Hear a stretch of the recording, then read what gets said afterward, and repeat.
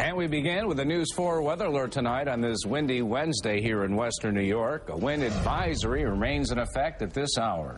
The November gust toppled this tree in Orchard Park. Scattered power outages have been reported across the area. And wind-driven whitecaps of Lake Erie looking more like an ocean tonight. A howling November storm also hit the Northeast and the Mid-Atlantic. We're live with full team coverage tonight.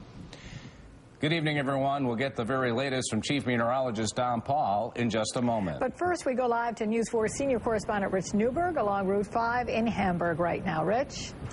Right, and hopefully the winds will subside around 7, according to the National Weather Service. Waiting to hear what Don Paul has to say. Also, take a look at this beautiful sunset here on Lake Erie, but it's causing problems, the wind. Across western New York, thousands of people lost power today, and the power of the wind caused some major problems.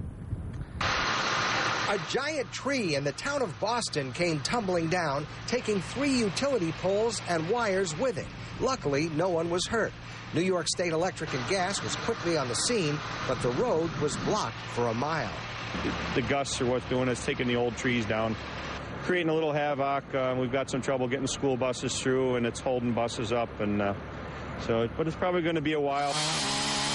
Trees were vulnerable to gusts as high as 53 miles per hour, recorded in the falls. Here in Orchard Park, Elizabeth Dunning heard the wind howl and then heard a thud. This huge ash tree in her backyard toppled down to the very spot she was standing only 8 minutes earlier. God was good to me.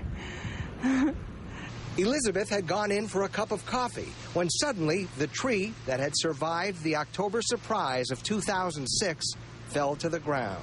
Right there is where you could see the piles of leaves under the tree that I had raked. And that's where I would have been. Seagulls seemed to hold their own as the lake began getting choppy this morning. But even as waves crashed against one of the breakwalls, windsurfer Mark Heeman couldn't resist the challenge of catching a gust in his sail. I'm going to be staying close to shore, and so this is as safe a place as any to sail in big conditions like this. Boy, what a challenge it was. You know, we've seen it a lot worse here in western New York when it comes to wind, but right now I'm told about 600 people are still without power on the Cheektowaga-Buffalo line. Reporting live at Lake Erie, Rich Newberg, News 4 at 5.